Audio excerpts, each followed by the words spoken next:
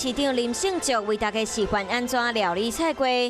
伫9月24碰起心灵工行会举办菜龟节，也欢迎所有的好朋友都可以在9月14号早上10点共同来选购跟参加我们的丝瓜节的活动。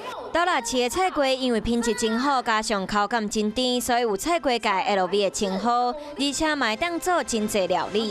油条跟菜龟，他们因两行做起来我很搭，也不会太油，也不会太清淡，那吃起来就是脆脆软软的，很好吃。倒垃市菜龟节要邀请民众做伙来买在地品质上好的农产，嘛会当来看丰富的表演。Hello， 大家好，我是乃瑜，要教给大家2个任务。第一个，华视新闻的脸书专页，你按赞了吗？还有华视新闻的 YouTube 频道，赶紧订阅起来，还要记得按赞，开启小铃铛哦。